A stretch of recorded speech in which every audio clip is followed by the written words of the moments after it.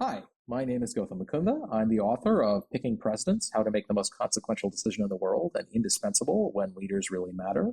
And you're listening to Trust Me, I Know What I'm Doing. Yeah. My name is Abhay Dandekar, and I share conversations with talented and interesting individuals linked to the global Indian and South Asian community. It's informal and informative, adding insights to our evolving cultural expressions, where each person can proudly say, "Trust me, I know what I'm doing."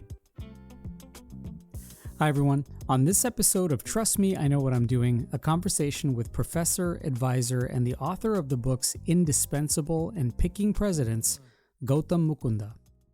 Stay tuned.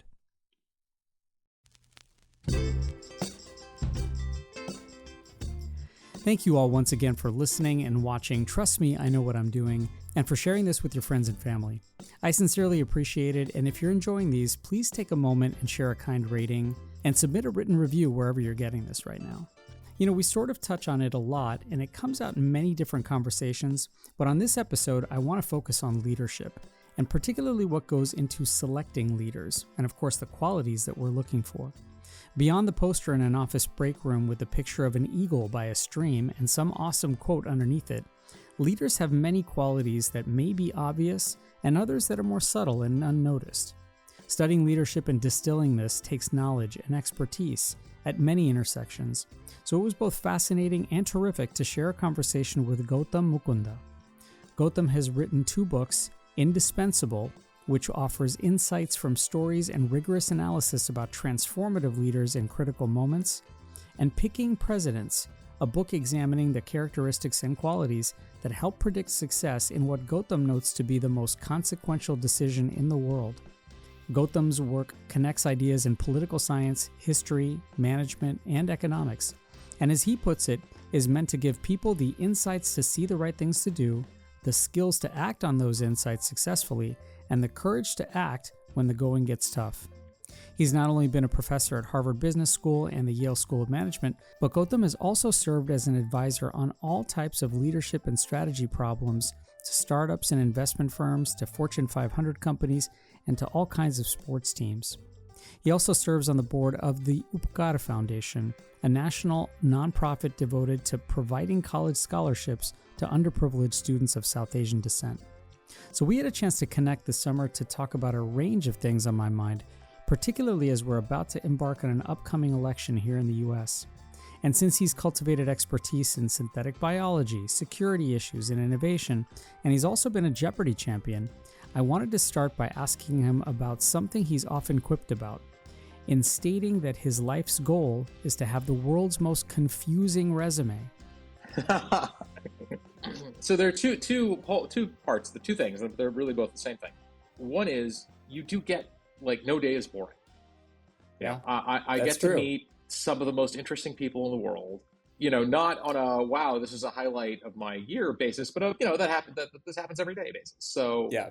you know, in the 2 weeks before I went to Sweden, right, I spent time with the head coach of the Patriots and with the CEO of a $100 billion technology company, and Yeah. they're both equally fascinating in very different ways. And that's not, anything more than having, sort of built a really eclectic career that crosses into lots of different areas where it might be a general or an admiral one day. So I do a lot of work with governments. It might be a lot of government people, or business people or scientists. Yeah. My wife is the chief business officer for one of the most interesting startups in the world, in my opinion. Mm. And so I get to spend time with that company and the scientific team there. And I'm on the board there, and I spend a lot of time with them. And it's just, it might be the most interesting thing I do on a day-to-day basis. But the other half of that is teaching. My Mm. favorite thing to do in the world is teach. I just love teaching.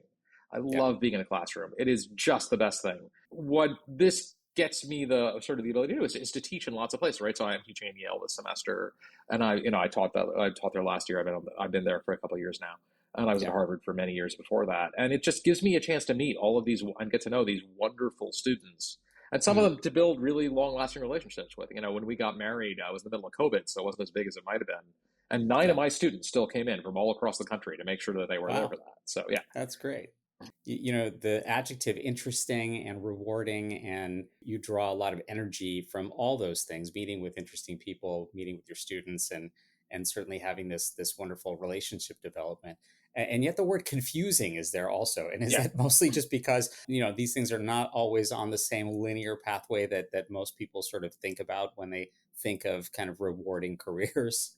Yeah, that's right. So, and I'd say in a real sense, right, I don't have a career, right? I have a bunch Yeah. of careers in parallel that Yep. often help each other. And for someone with my personality and my interests, that's probably the only way it was ever going to happen. But it's also difficult, right? Yeah. So what I would say is that most people are looking when they're looking to hire, they're looking for it. They're like there's a niche and they're whole and they want it filled.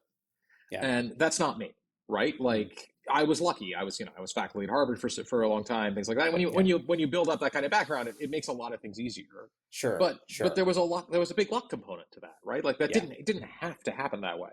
And if it Right. hadn't, the story would be very, very different. And I suspect, not nearly as happy a one.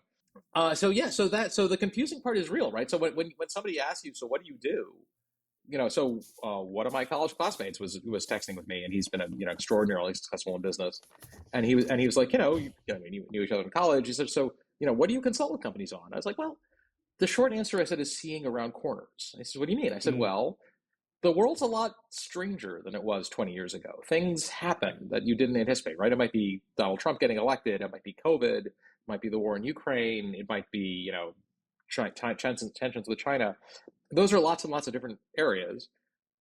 But it turns out that those are all areas that don't fit into neat disciplinary boundaries. Yeah. Right. If you just do one of those things, if you just do one thing, you aren't nearly as able to give insight on things like that as if you do a lot of things. Right, right. And peering, or I love that you describe that though, peering, helping people peer around the corner, or at least think about what's around the corner and anticipate surprises. Yeah, that's right. And just think about like what if the world is suddenly going to look very, very different, what might that look like, right? Yeah. So when in February of 2020, I remember, so I worked in biosecurity for a long time. I had published, peer-reviewed work in that area, and I also lived in China. And so February 2020, I started hearing things from from China about something that were happening. And like I said, I was a biosecurity person. I'm like, Mm. this looks really bad, right? Yeah. This looks like every so often we get scares, but this looks really bad. And the first thing my wife and I did was like told my wife this, and she ordered like pallets of supplies in February. Right. But a few days later, I had dinner with senior member of the Massachusetts state government, and I was basically like jumping up and down on the table, being like, "You need to be ready for this. Like Right. this is world changing Yeah. catastrophe type stuff." And he was like, like, okay, like I've known you for a long time, and you're not the sort of person who gets excited about things, but Yeah. you seem like a crazy person today. And a month later, he called me and he said, "So, Yeah. How about that? yeah, guess you weren't crazy." I was like, "Yeah, yeah." Yeah. So that is not I would say in a real sense, I'm not claiming a particular foresight. Nobody has that. What I can Yeah. say is, if you were someone who had deep expertise in biosecurity and had lived in China, you kind of had a leg up on figuring Yeah. out what was going to happen. And that appears in lots and lots of places. And one of my really good friends is one of the most brilliant and the wisest people I know. He said basically since the Second World War, he said there's been a recession for people who are multidisciplinary because the Mm. world has been so stable that the normal silos that which it operates work really well. Yeah. And he said, just look around. Right. It's that recession is over now. He's right. Now is the Yeah. time when you really, really need people who are like that. And what you're basically doing is talking to people who are the first people to figure that out. Yeah. And you're right that kind of living in a multitude of intersections Yeah. and yet problem solving for all of those in a way, and peering around the corner, at least helping people peer around the corner, I think is of high value. I have to tell you that, I love the intersections that you work in, and you pursue scholarship and help steer people in many of those areas, especially political science and thinking a little bit about management and economics. And while these seemingly are areas that people are often seeking out their fortunes, if you will, they're also really to seek and wield that much more, power. And I'm just curious, it's that power that sort of brings out sometimes the absolute worst in people. I've heard you talk about this a little bit. So if power is not a sort of moderating force, but rather a liberating one, are great systems one that can account to limit the liberation of any one person in power? So not always, but usually is the way I Mm, would put it. Especially in political systems, things like that. Very few people go into that sort of situation for the money, right? I mean, it's just right. not. They're just easier ways to make money in the world. Yeah. That's with the sort of breakdown on anti-corruption rules that have sort of followed the age of Donald Trump. That's maybe less true than it used to be, but even so, the old joke about DC is that it's Hollywood for ugly people, and and, Right. and it's kind of the place where I mean, like that's unfair, but there's a gem of truth to it, and so it is really true that when you meet billionaires, right? Like what I would say about them is what makes them different from most people. They're not smart. It's not that they're smarter and harder working Mm, than the other people right? yeah. Like I know people who that kind of wealth who are very smart and very hardworking, but no more so than lots of other people who are not I'm not even Sure. close to that. And I know some people with that kind of wealth who aren't either of those two things, right? Right. What distinguishes them is they care a lot more about money, Yeah. right? It's not Yeah. always true. There are exceptions. There's the random scientist who sort of fell into an idea and suddenly and it exploded. Yeah. But as a rule of thumb, especially like people in the financial world, people like that, people who made their money by doing things with money, as opposed to like doing things where they were creating something they fell in love with. Sure. What they care about is money, right? Mm, And so in the political world, a lot of people go, the good people in politics go into politics because they want to do something. But the bad people in politics go into politics because they want power. yeah. That's what they care about, right? And they don't actually want to do something. And in fact, right, what you see in the American political system right now is enormous tension between, because if the only thing you care about is winning, is having power. If you don't actually care Mm, about getting anything done, it's a yeah. lot easier to win than if you have sort of rules and principles. And I have this discussion with friends of mine who are who are sort of debating about what it looks like when Trump, how do you stop someone like Trump from destroying Yeah. the system? And I say the problem is, if you care about the system and the other person doesn't, they can do things that you can't. And you Right. can't fight back because that would destroy the system. And the whole thing you're Mm. trying to do is preserve the system. I'm curious about that one because, are then the best longitudinal systems and especially the best outcomes for those longitudinal systems almost like sort of dynastic success that, sometimes you do see in different systems, whether they're political or not. Are they then dependent mostly on moderately competent, engaging, but rather dispensable people? Yeah, so that's right. The systems that do best over time are the ones where individual leaders are largely interchangeable, right? Right. So you Right. write that the role of who is the CEO of Goldman Sachs is far less important than that there is a CEO of Goldman Sachs, Yeah. right? And Yep. whatever you think about Goldman's like larger impact on the world, at the end of the day, it's a system that has succeeded for the organization for a really long time by Yeah. producing people like that internally, right? And doing it over and over and over again. And one thing, Gautam, it's a system too, right? I It's a mean, system. like I heard you talk the other day about what's happening at Starbucks right now, and Yeah. seemingly, at least, like the anointing is a little bit different than the system.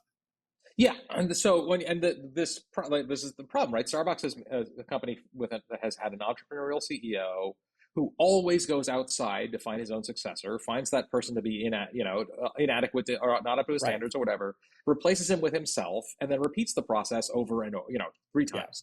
And now finally, with or somebody forced out with it, at least he wasn't replaced by Howard Schultz for a fourth time, right? So Right. so Right. at that Yeah. level, that cycle has been broken, I guess. Yeah. Yeah, so organizations that are dependent on single people are volatile and risky, and this is deeply problematic. You take a Yeah. company that is Microsoft, right? Right. So, like I remember, I'm old enough that I remember the Microsoft antitrust trial, Hmm. and there was that stuff going. There was playing, and the most shocking thing about the antitrust trial to me was the extent to which the answer to almost every question was, Bill runs the company out of his head.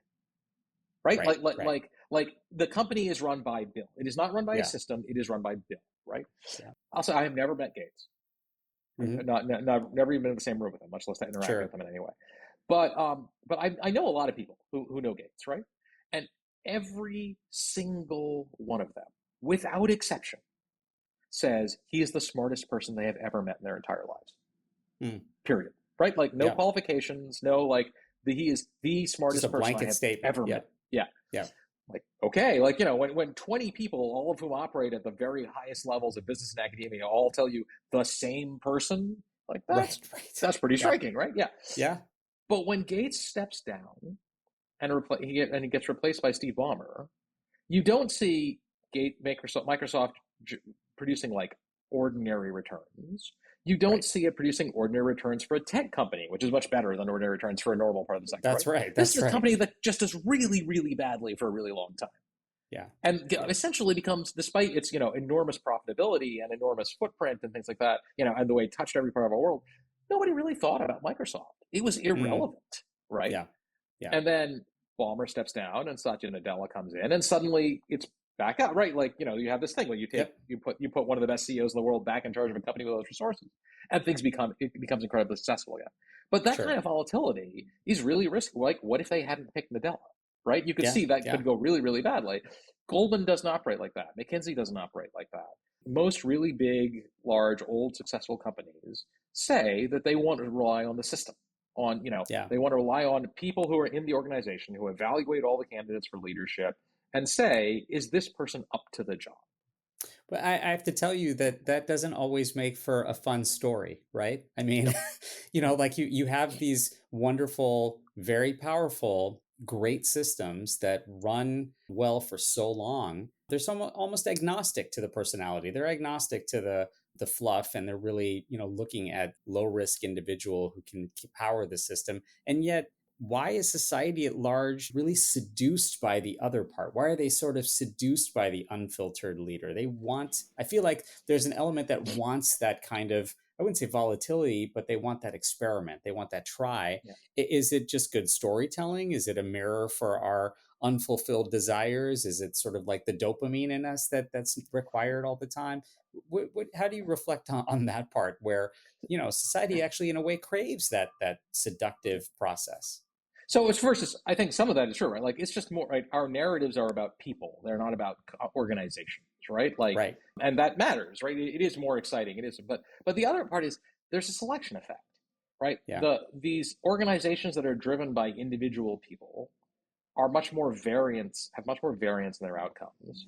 Mm, So the very best organizations, the best performing, best operational ones, tend to be like that for disproportionate stretches of their time, right? yeah. Tim Cook has created more value as CEO of Apple than any other CEO in human history. Mm, But Tim yeah. Cook is, it would tell you himself, Tim Cook is not Steve Jobs, Right. right? Right. Like no, I mean, it takes nothing away from Tim Cook's achievements to Yeah. say that to this day, Apple is far more identified with Steve Jobs than it is with Tim Cook, and it always will be. Yep. And so this is sort of a basic error that almost everybody makes in the way they think about the world, is they generalize, right? They generalize from the most prominent, which almost always means the most successful examples, right? Mm, We should do what this organization did because it is the best one. yeah. It's But precedent. that's precedent, right? But what you're actually doing there is you are generalizing from the highest variance examples. Mm, You're looking at the yeah. ones where all the dice rolled their way, and you're saying, well, we should do what they did. But you do not see all of the other people, all the other organizations that made the exact same decisions, Sure. and it just Sure. didn't work out, right? And in their case, it was disastrous. Right. You're listening to Trust Me, I Know What I'm Doing. After a quick break, we'll come back to our conversation with author Gautam Mukunda. Stay tuned. Conversation. It's the antidote to apathy and the catalyst for relationships.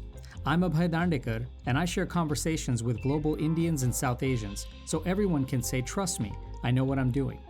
New episodes weekly, wherever you listen to your podcasts.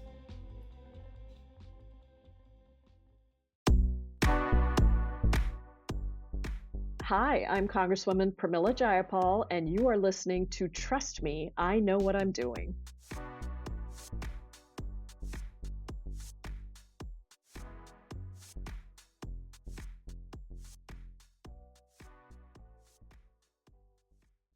Hi, I am Congressman Sri Thanidar. Hi, I'm Congressman Ro Khanna. Hi, I'm Congressman Ami Bera. Hi, I'm Congressman Raja Krishnamurthy. You're listening to Trust Me, I Know What I'm Doing with Abhay Dandekar. Welcome back to Trust Me, I Know What I'm Doing. Let's rejoin our conversation now with professor, advisor, and author Gautam Mukunda. I think you talk about this a lot when it comes to presidential selection, right? That there's like the person who gets to that pinnacle, and yet there are 100, 1,000 possible persons who could have gotten to that pinnacle. And I was thinking a little bit about this, based on at least the events of the last couple of months here. Yeah. President Biden, and you talk a lot about these filtered and unfiltered examples. And President Biden, who was quite filtered, and President Trump, of course, who was quite amazingly unfiltered, certainly are two different, very, very different leaders, and had very, very different outcomes and demeanors and what they presented to the American public. And yet they both demonstrated a common thread, and that was sort of a lack of being able to stand down, perhaps when they needed to, and for very different reasons, right? But they still had that kind of hesitance, and not even just hesitance, but resistance, of course, to stepping down when they actually needed to. Is this something that pervades leaders and, even very, very talented individuals, no matter what their level of filtration actually is? The analogy that I can see, at least in the sports world, are like people who just can't retire, right? They just don't go away cleanly. And, is there some parallel to all of this? So for very few athletes is the last act a happy one, right? Yeah. Like it's just really rare. Tom Brady, I live in Boston, big, like the Patriots. Tom Brady is the greatest football player who has ever lived, right? Like there's just you don't have to like him. You don't have to approve. You can hate everything about him, and you still got to say, he is greatest player. Yeah, the GOAT. You just can't deny it, right? Yeah. And you know what? The last pass of his New England Patriots career, was a pick six. No one's thinking about Jordan's illustrious Washington Wizards. Yes, episode, I grew up in DC, so I remember that too. Yes. So particularly in the political realm, you could say it's really simple. White House fever is the world's least curable disease, right? Yep. And even maybe even more broadly than that is when you are, you're the president of the United States, like you are the center of the world, you literally are, right? Yes. I can't imagine what it would be like to give that up willingly, and you can, the number of people who have is incredibly small. So I guess does the filtering piece in that way go away to some degree, right? That even these two extraordinarily opposite poles of this metric, if you will, still had very great difficulty in being able to do that. And is that just the humanness of it all? Yeah, I would actually split that out a little bit, right? Because Donald Trump broke the law and tried to overturn an election and really tried to overthrow the government in order to maintain power. Right. He used violence. Let's not forget people died. That. Yeah, that's not just refusing to give up. That's something else entirely. Yeah. Joe Biden is a different situation, right? So when Joe Biden got elected, he sort of talked about transitional. And I'll say, I'm on the record, you can find interviews with me saying this. This is nonsense, right? No one, once you get elected, no one says, "Oh, I'm done after one term." That happened in the 19th century. It doesn't happen anymore. Yeah. And it's never going to happen again. And it was a matter of great concern, right? I wrote in my second book, I said, age is a really, really big warning sign for leaders. Way back more than, I think 12, 13 years ago now, I wrote a piece in Foreign Policy whose title was "Don't Trust Anyone Over 70." And the point was aging in leaders is really dangerous. So there's a long precedent in that for saying with Biden. But what we forget is that, when Biden stepped down, it certainly wasn't, I'd say it was not willing, but it was his choice. And we kind of forget. It's easy to forget that, right? Now, as I played a very small role in this. I was in the New York Times being quoted saying, and working on saying it's time to. And I'm in no sense of a very, very small role, but it wasn't zero, I guess. Sure. I say people always say, well, he was forced out. I'm like, really? How?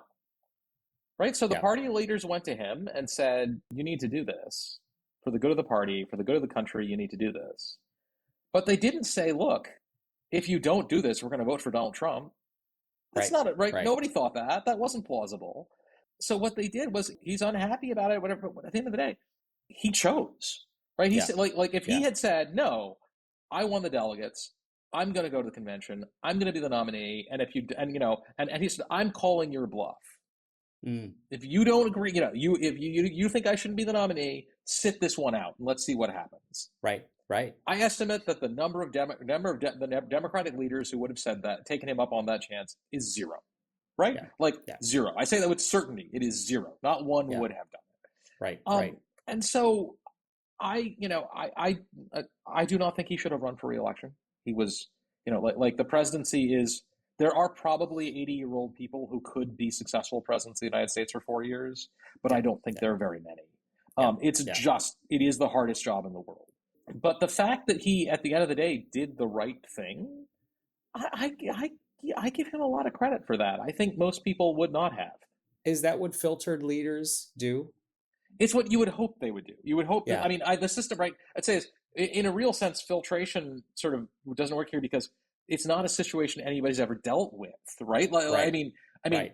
If you believe that virtually none of these people would make this choice, and I do believe that, right? Because you can always tell, like Biden, like when Biden at his total nadir after the debate, his odds of victory were not zero. Yeah. Right. Right. I was saying 1 in 4, he could still pull it out. Donald Trump could self-destruct or defect to Moscow or something Lots of possibility. Lots of possibility. Yeah, especially running against Donald Trump. Right. There are lots of ways this could go south. So yeah. And I guess it's hard not to think about you're right. Like there's not a whole lot of examples of that. And, you're in a way, you're a political apex predator when you're at the, in the presidency. So yeah, I can see that like the filtration piece really is sort of a slightly different model to use because that decision is not one that's been made before. Yeah. Filtration is about selection, right? It's selecting the person who becomes president. But I always say is once you are the president, the filtration stops. Because you are so powerful, right? Because you essentially control the systems that are supposed to be filtering you. You pick the leaders of the parties. You have that, and so at that point, what you're trying to do with this filtering system is eliminate variability in the people you pick to such an extent that once they have this level of power, they do what you would want them to do. Right. Because if they don't do what you want them to do, you really can't do anything to stop them. So let me ask you this. What do you think, where does Kamala Harris's progress into now being the Democratic nominee, where does this place her as in this same process? Because it's been obviously a very unique one that's happened. And where does this place her maybe in that sort of filtered or unfiltered leadership design? Not just on the 8-year threshold that you've talked about, but also in sort of like the public's perception of this, of what they think sort of filtering and unfiltering actually means. So in my model, let me say, like, if she wins, for all of her demographic uniqueness, as she's an Indian American, like the two of us, she's the first, she will be the first woman president, lots of things. For all of her demographic uniqueness, if you evaluated her as a potential, as a president, as just based on her background, as her track record in politics, right? She wouldn't just be like a normal president. She'd be almost the most normal presidential candidate. She would actually, of the 40, she would score in some amount of filtration. She'd come in 23rd.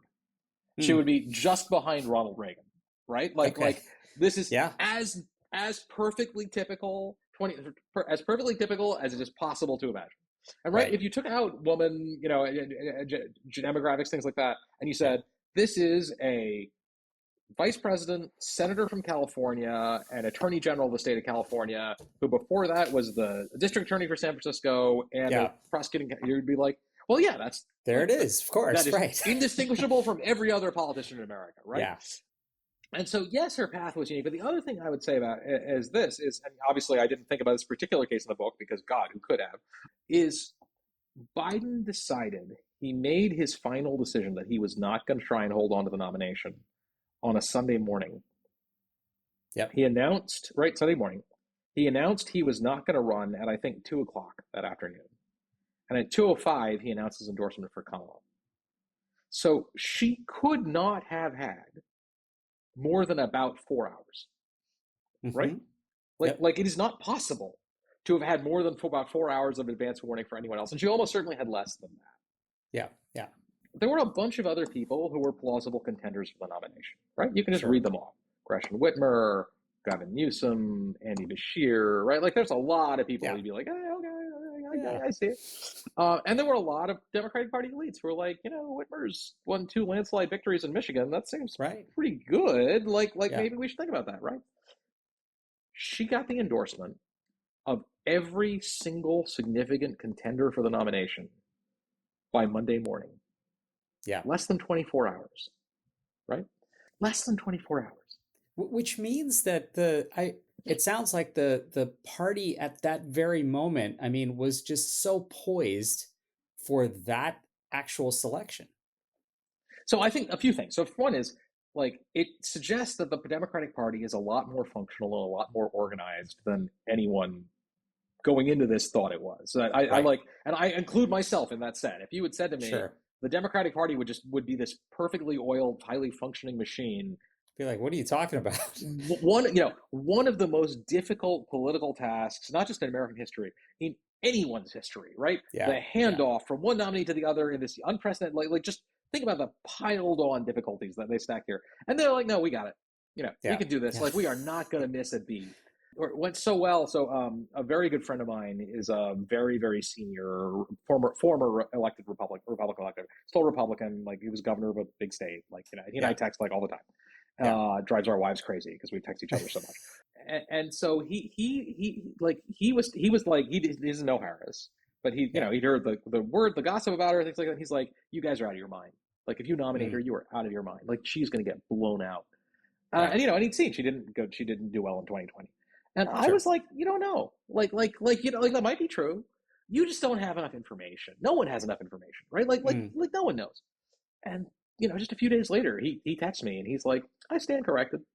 Yeah. Like, this could not have gone better. And to my thing was, that is not just a testament to like, wow, everything broke right for her. It is things don't go this well without a lot of planning and talent on the part of the principal. Sure. So you should not just feel like, wow, the Democratic Party, knows what it's doing in a way that is not traditionally associated with the Democratic Party, right? I mean, like, this goes back a long time. Will Rogers used to say that I'm not a member of any organized political party. I'm a Democrat, right? Right. And I would say, during the Bernie Hillary in 2016, I'd say, like, the traditional formation of the Democratic Party is the circular firing squad, right? So, so guess what? Bam, got it. Very impressive. But the other thing however badly however badly Kamala Harris's campaign went in 2020, and it went very badly. You should say, like, either because there was bad luck then, or she's learned a lot since, you should believe that she's bringing a very high order political skills to this game. Oh, yeah. Because you can't do what she's done without it. Right. And I mean, it feels a lot like those required and almost requisite setbacks and her not so successful run in 2020 certainly have created at least the ingredients for her, and maybe the discipline, for her. And it sounds like definitely for the party, this has definitely, gone well, obviously, in the last, several weeks since that Sunday morning. I'm curious about this one. In the end, a lot of this, of course, is about successful risk mitigation. And so President Biden being able to have that foresight, certainly, especially quickly being able to execute on that decision. So why aren't we, in general, and maybe we just don't know it, but I'm just curious for your expertise, why aren't we using the Moneyball and the sort of sabermetric approach more to kind of cull the data and use that decision support and, other tools to, for that matter, pick our leaders better? I mean, we do this in medicine all the time, right? Like, we use our data and we use decision support so we reduce errors and we, create better outcomes and reduce harm. Is there a same logical pathway to do this when we select our leaders, and not just in the political arena, but anywhere? So, I mean, in a real sense, that's what I was trying to do with my second book, right? Is give people the tools to do that in politics, but also outside of politics. And, I mean, clearly the takeaway from these events is that all 330 million Americans should buy a copy of my book. Like there is no other takeaway. That's the only logical solution, right? That's the only thing you should learn from the last few years. That's right. But the answer is that leadership it's actually pretty hard to pick traits that predict success, right? What I always say is that I can do some things to help you predict success, and that's what I try to do, to give you the tools to do that in the book. But the most important thing I can do is sort of give you tools to avoid failure. right? That if you're that these are not the same thing. This goes back to our selection effect problem, right? Sometimes the same decisions that lead you to success lead you to failure. And when you're the United States of America, the wealthiest, most powerful society in human history, that's not a good trade-off. You don't want to take like you don't need having Abraham Lincoln is nice, but you don't need Abraham Lincoln. What you want to avoid is the anti-Abraham Lincoln, right? Like that's the catastrophe. We haven't done a great job of that either. Let's hope for no more Andrew Johnsons, by the way. That's right. No more Andrew Johnsons. For what it's worth, and I say this in the book, there are basically two sets of traits that I would say you should select for in essentially all situations. And then you can, there's and that's it. And then because there's nothing else you can say that's general. And the one thing I say to students and clients and colleagues all the time is leadership selection is not a ranking problem; it is a matching problem. You do not look at all the candidates and say, this is the best leader. That does not exist. You look at the candidates and say, this is the best person for our situation. And when the situation changes, you might have a different best person. So, all that being said, the great psychologist Dean Simonton, he's from California actually, had looked at leadership performance and actually just performance across any number of human domains, right? From science to art, and then in leadership in particular, what he found and it is in fact the only individual level predictor of leadership success, statistically significant individual level predictor of leadership success that he found, and it seems to be consistent across domains, is what he calls intellectual brilliance, right? Which is not the same thing as IQ. It is related to IQ. IQ is a component of intellectual brilliance, but it is raw intellect combined with breadth of taste, lots of different interests, curiosity, hobbies, right? And why these are, writing books, like these are so important as predictors. Intellectual brilliance is a predictor. In my opinion, I don't think Simon actually gives you a real causal chain as to why he's like, this is what the data shows you.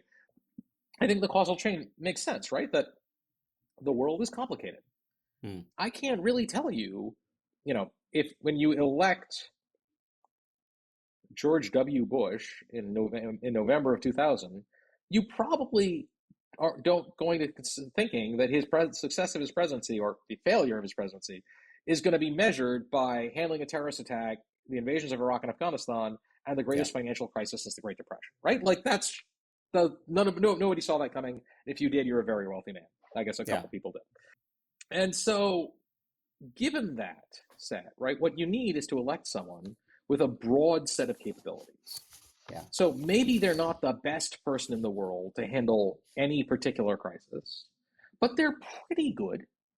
And they're good at lots of all the other things that might come up. And because they have this openness to new ideas and things like that, they will not rely purely on their own capabilities, but they're able to integrate, advice and suggestions from other people who might have better expertise on a particular crisis that they're dealing with. So that's one. And I think that I would say is measurable and quantifiable and scientific, and you can do that in a reproducible way. And, and when I work with companies, I'm like, this is something you can do. Like you can actually set up programs. It's actually possible to do this with software, to create software that actually measures some of these capacities for people. But the other is character. And, as I get, older or, watch Donald Trump, maybe some combination of those two, I more and more believe that character is sort of overwhelmingly important in these roles. And the first and simplest reason for that simply is, as you said, is power, right? Where we began this discussion of it. Power is unbelievably important, right? Power changes who you are. Power, when you have a leadership position, what you are given is power. And power reveals character, right? Most people, it turns out, become worse when they have power. So what it reveals about most people is not particularly flattering. But for some people, power seems to make them better people, right? They actually, their character improves under the microscope. That's really great, right? We should be happy about that. And that character, I really do believe this, if you're really honest with yourself, is quite discernible. Now, it's not easily discernible. I'm actually writing right now about how it is that some people, in particular people who have personality and psychological disorders like psychopathy, work very hard to hide, right? They're either medical problems or there's a lot of masking there, and it takes effort. But, at the summit of the American political system, like we actually these people do face a lot of scrutiny. And then some of them, when you want to be the CEO of a $100 billion company, we got some resources to throw at this problem, right? You this. And whatever else you say about Donald Trump, we know who he is, right? Like we knew who he was in 2016, right? I mean, you say is he hid it, but he didn't hide it. He tried to hide it. He didn't hide it effectively, right? Like if you were honest with yourself and you're paying attention, you knew who he was. Maybe that didn't bother you. Maybe there were other assets that you thought he brought to the table, whatever they might have been, that made you support him anyways. But you knew who he was, right? Yeah. And like the fact that since that, 42 women have accused him of sexual assault since then. I believe that's the number. I don't want to. I want to get sued by his extremely litigious. Yeah, but there have been an extraordinarily large number of accusations of completely consistent pattern that match with his own statements, descriptions of his own behavior, right? Right. Like, let's say it's okay, like that's true, but you're not surprised. Like, I don't know anyone who's like, oh, gee, I did not see that coming. Shocker. Accusations. Yeah, shocker, right? Yeah, no, of course not. You knew who he was. Maybe you were fine with it, but you knew who he was. And so that, I think that we should weight that maybe more heavily than we do. And that is, I just note, that is not a partisan point. Bill Clinton was not Donald Trump. Right. But he was deeply lacking in character of this way. And there's really no sugarcoating that statement, right? Sure.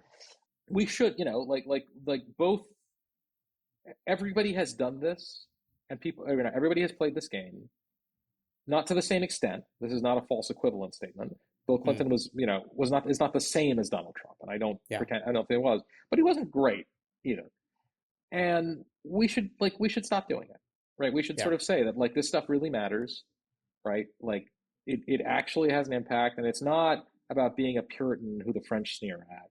It's because it turns out that character crucially influences how you use power. And the only thing I care about when you talk about the President of the United States is how he or she uses power. Yeah. Yeah. You're listening to Trust Me, I Know What I'm Doing. After a quick break, we'll come back to our conversation with author Gautam Mukunda. Stay tuned. Every story told is a lesson learned, and every lesson learned is a story waiting to be told. I'm Abhay Dandekar, and I share conversations with global Indians and South Asians so everyone can say, trust me, I know what I'm doing. New episodes weekly, wherever you listen to your podcasts.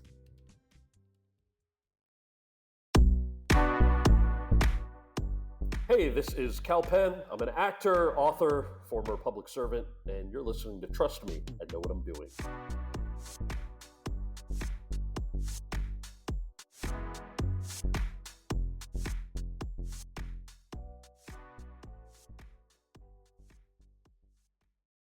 Hi guys, I'm Indra Nui. Hi, I'm Lily Singh, and you're listening to Trust Me, I Know What I'm Doing. Hi there, I'm Abhay Dandekar, and you're listening to Trust Me, I Know What I'm Doing. Let's rejoin our conversation now with professor, advisor, and author Gautam Mukunda. I'm curious about this in your own sort of interrogation of this and your own sort of exploration of this. You've collected so much insight, and you helped develop strategy for peering around the corner and, thinking about leadership and how both of those things, right? The curiosity, the breadth of what they're, thinking about and their character, how they help them succeed.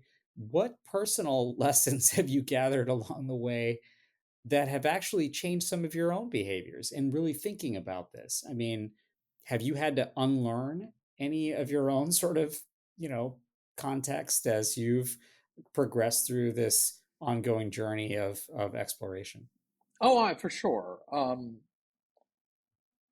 a few components, and some personal, and some I think, I know you said this podcast is not exclusively, but sort of heavily with the Indian American community. We can talk about things that from that cultural background as well. So for me personally, it says the first thing and my wife will say is she says, you are far too quick to give people the benefit of the doubt. Right? Yeah. So I think Mad Men is one of the 3 or 4 greatest television shows of all time, and maybe maybe the best line is, Don Draper is saying, right? People tell us who they are, and we do not believe them because they are not. That is not who we want them to be. Like, that's, and so I've certainly had a couple of pretty awful experiences with people where I was like, oh yeah, I've known you for a long time. I knew your father. You're trustworthy. Like, and no, you weren't. yeah, yeah. And you know what? There were some warning signs, there were warning Yeah. signs that I chose to not pay attention to because I Yeah. had, not stupidly, but because there were reasons not to pay attention to them.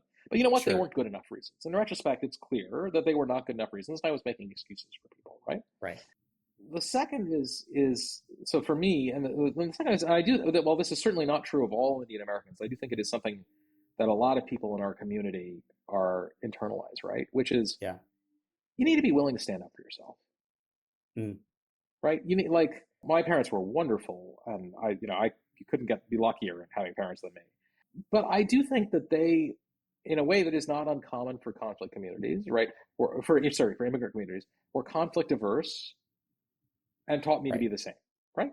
Yeah. And I observe that in a lot. There are stereotypes of Asians and things like that. And the stereotypes are invidious, but they're not entirely unjustified either. About being a little bit more passive than we should be, or a little bit willing to accept the bad deal when we should. And and this is something my wife, who is Swedish, has been very. She's like, no. It's why? You are, it's not like you are in an inferior position. These people, they don't treat you badly. Stop answering their phone calls. That's fine. You don't have, and that has been something that's been. It's still something I struggle with. I say not on, not on a daily basis, because I don't feel that I'm mistreated on a daily basis, but more often than it should happen, where I'm like, okay, I'm just gonna let this go, and she'll be like, you don't have to hold a grudge, but you don't have to roll over either. And that has been, it's something I still struggle with, actually. Yeah. Sure. Well, in building those two characteristics up, not necessarily always giving people the benefit of the doubt, and in a way sort of advocating for yourself and being bold in that, hopefully the turn on this doesn't mean that you become more cynical and you are not listening to any other voices at the same time. And hopefully, at least in examining leaders and examining risk and all the different work, all the different, sort of aspects of your work, I'm imagining that there's just so much that can inform you and really make you, sort of pivot very, very quickly and see those things. So I'm gonna key on a particular word you said, because it's something I really, very important to me. It said becoming cynical. Yeah. And so I despise cynicism. Cynicism is the laziest of all of all postures towards the world, right? It is just the belief in the worst of everyone else. I just loathe cynicism. No worthwhile thing has ever been achieved by a cynical person. I mean, I said, I have very few universals about life, right? There are very few things that are always true. Right. I will tell you what, no worthwhile thing has ever been achieved by a cynical person. Yeah. There's a difference between cynicism, which is believing the worst, and skepticism. Yeah. Which is not believing anything unless you see it, right? Just putting beliefs to the test. Right? Cynicism is lazy. It is an excuse. It is a reason to not try, to not work, right? Build a relationship, to not trust, to not engage, because everyone will always screw you over anyway. So what's the point? Cynicism is the worst of all, right? Right. I would rather you be a Panglossian optimist than a cynic. But the responsible person, right, the adult, the person who really tries to do great, what they are is a skeptic. They take what people say to them and they put it to the test, a fair test, and that's a very big difference. Do you find, as you're maturing and aging, that you're successfully... You can see the gray. It's okay. That's all right. Yeah, me too. But I mean, do you find that being a healthy skeptic and translating that well as you continue to pursue scholarship and you teach students, and for you, have you also been able to now cultivate your own evolving leadership style? Because at some point, you're a student, you're constantly sponging in great conversation and relationship development with all kinds of people. And yet at some point, there is also a capacity to lead in this respect, as well as, for those who behind you are trying to also develop the most confusing resume in the world. How has your own leadership style maybe evolved as a result of some of these things? So a few things I would say. So first is, I believe that transparency is a virtue, and you should, especially as a leader, be as transparent as you can be in all circumstances, right? Yeah. Secrecy in even the most secretive environments is usually not worth it. And that's both a personal bias on my part, but something I learned from one of the 2 or 3 greatest leaders I've ever had the pleasure of getting to know, Stan McChrystal, right? Who ran American Special Operations in Iraq, and is in my opinion, not just my opinion, but many people's opinion, but in my opinion, the greatest living American soldier, right? The greatest American soldier since the Second World War, one of the greatest living Americans. And so, Stan ran Special Operations in Iraq. It is as secretive as it's possible to imagine a human being thing to be. And he found success because he said, we are not going to be secretive, right? We are going to push information out to every part of the organization. We're going to get everybody to work together. I'm going to tell you what I'm thinking. You tell me what you're thinking. We're going to make this. And yes, we will leak. Yes, the enemy will find things out, right? In his context, yes, people will die.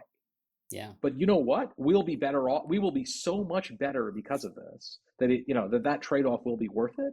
He was right. And I can't imagine how, what makes him a great leader is he was able to do that in that environment, both come to that conclusion and do it in that environment. But it is something we can all learn from. But for me, what I learned from them and I've never talked to Stan about it, but I think he would agree, is there's a time and a place for everything. Sure. Right. And the answer, right, is when you're teaching, when I am one-on-one in front of a class with a student, when I am one-on-one with a student meeting after class, I am happy to share just about, obviously confidential things about other students aside, I'm happy to share as much of my thought processes as they want to hear. Yeah. I'm happy to take them for this is how I structured the class. This is why I was going this way. This is why I called on you. This is why I didn't call it. That, fine. And most of my colleagues will not do that. I'm like, no, do it. Do it. Just tell them everything. Why not? Why not? I had a section once where they were a little bit concerned that women weren't getting called on as much as men. And I was like, I don't think that's true. I do not believe that to be true, given my history with these things. But I said, but you know what? I got data, right? Every call I make in this class is charted. And I don't look at it. I have never looked at that data because I believe that I do not have a bias. So but let's look at it. Let's find out. We put it up. And we found out that over the course of the semester, my calling patterns would have matched the genders of my students perfectly if I had called on one more woman, not per class, over the course of the semester. Right. And I was like, this is the data. Hey guys, you picked up on something, and it turns out the data does not support that presumption. But now we know, right? And let's talk it through and figure that out. Yeah. And I have to say, I was kind of shocked because if I had been deliberately trying to match the numbers, I could not possibly have gotten it that close. That's right. right. So it was quite. I was like, oh hey. By the way, if that data had been wrong, would the transparency of this and your ability to in fact synthesize all these leadership lessons would you have been able to? I mean, it's easy in retrospect, but are good leaders able to take the data and say, yeah, boy, I made a mistake, or this is how I'd like to move forward transparently. Yeah, absolutely. If you're going to pick the one characteristic that the best leaders I've ever, Stan absolutely is like this. More than anyone else I've ever met is like this, but just over and over again is they want people to tell them they're wrong. Yeah. Right. I'm not learning if I'm not wrong about something today and you don't tell me what I haven't learned. Right. I thought the same things the other day at the beginning. I didn't get any better. Tell me I'm wrong. I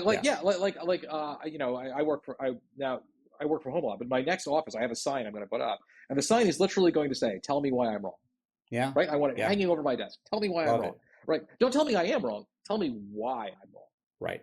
Right. Which is a big difference. Yeah. Or a big difference. But that moment, that was worthwhile. Yeah. When I first started teaching, I would talk to students I was in front of oh, well, this is how I'm thinking.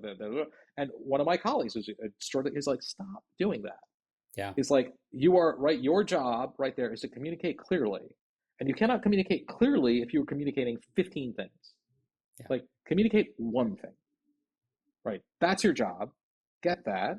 And if, and there's nothing wrong with being transparent, but pick your place for it. So that was a huge learning for me.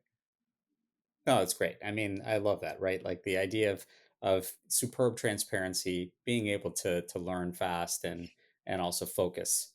I'll get you out of here on this because I feel like we could talk for a whole other hour on all the other things that you do and, enjoy so much of your work. And particularly also, I know that you sit on the board of UPGAT and just such a great organization, and trying to get a lot of that, important support to South Asian Americans, who are out there as well. And I will just say, if you are listening to this podcast and you either are or know a South Asian student who's about to be in their senior year of high school, take a look at UPCAR, and if you meet the requirements, apply. That we would love to have more. I always feel that the biggest obstacle we have is not enough South Asian students know that there is support for them if they need it. Yes, yeah, we will plug that for sure, and I'll make sure of that.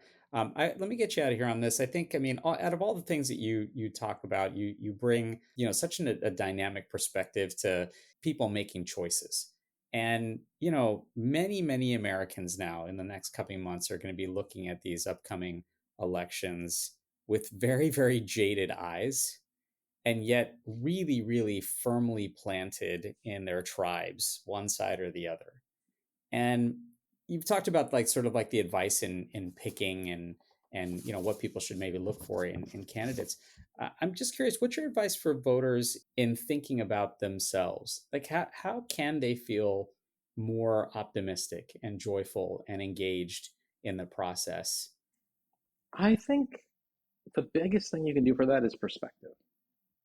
There are a lot of things to be angry about, right? Like it's not invalid to look at what's happened in this country for the last 45 years or so and be pretty upset about where we are today.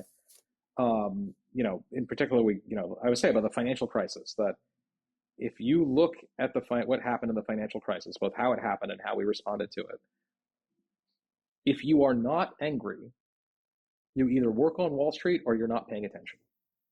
That's it, right? You should be angry. Angry is the appropriate response. But you should also step back. Things in the United States are far from perfect. Things in the world are far from perfect. Yeah.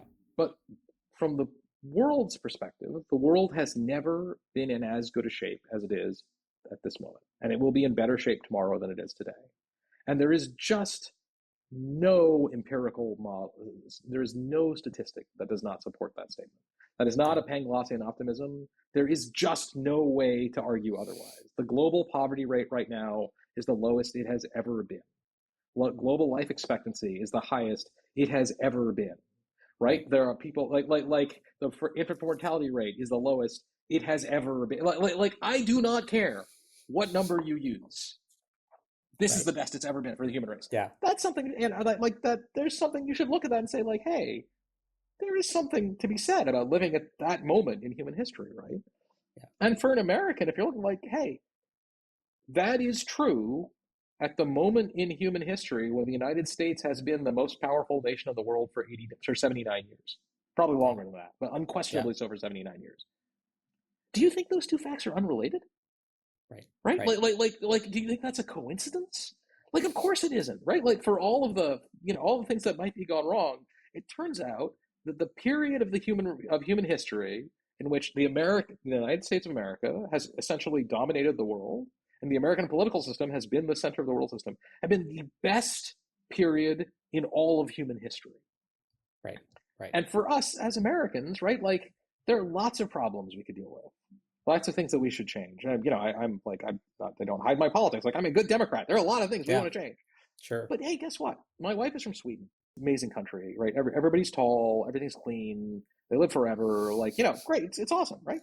Yeah. If you took Sweden and you made it into a U.S. state by per capita income, depending upon where the dollar is, purchasing power, things like that, but it would be something like Missouri or Ohio. Yeah. That's the comparison by per capita income. Missouri and Ohio are great states, but they're not wealthy U.S. states. They're not even close to being wealthy U.S. states, right? Like the Sweden, this country that we think of as as sort of the place where everything is perfect, like would be poor in the United States. Right. It wouldn't even be in the same universe as Massachusetts or Connecticut or California. Yeah. Right? Like we should look at that and go like, hey, yeah, there are lots of things we could tweak about this. But, this is great. This is pretty great. And for the United States as a whole, right? Like of the presidents where I'm old enough to have a meaningful, like, contemporary opinion, right? George H.W. Bush, Bill Clinton, George W. Bush, Barack Obama, Donald Trump, Joe Biden. So Bush, Clinton, Bush again, Obama, Trump, Biden. That's 6. Yeah. 4 of those 6 are were. you in the Reagan era at all? I was born, but I was, I was 10 when he stepped down. No, I think I was 9 when he stepped down. So, so of the 6 where I was able to have a meaningful opinion about American politics. Yeah. 4 of those 6 are pretty great. Maybe not Abraham Lincoln, but any country would look at George H.W. Bush and be like, I could deal with that. That works. I could deal with that. Yeah. Any country would look at Barack Obama and say that. Any country, would look at Bill Clinton and, whatever his personal character flaws are, people would look at Bill Clinton and be like, that worked out pretty well. And so, we often make our judgments about the system by zooming in. We look at our day-to-day, and zoomed in, things suck. And you should not forget that, right? This is not a message that things are great. Things are not great. You should look at the world and look at the United States and be like, this could be better. We should be, the United States is about to drop out of the top 50 in global life expectancy.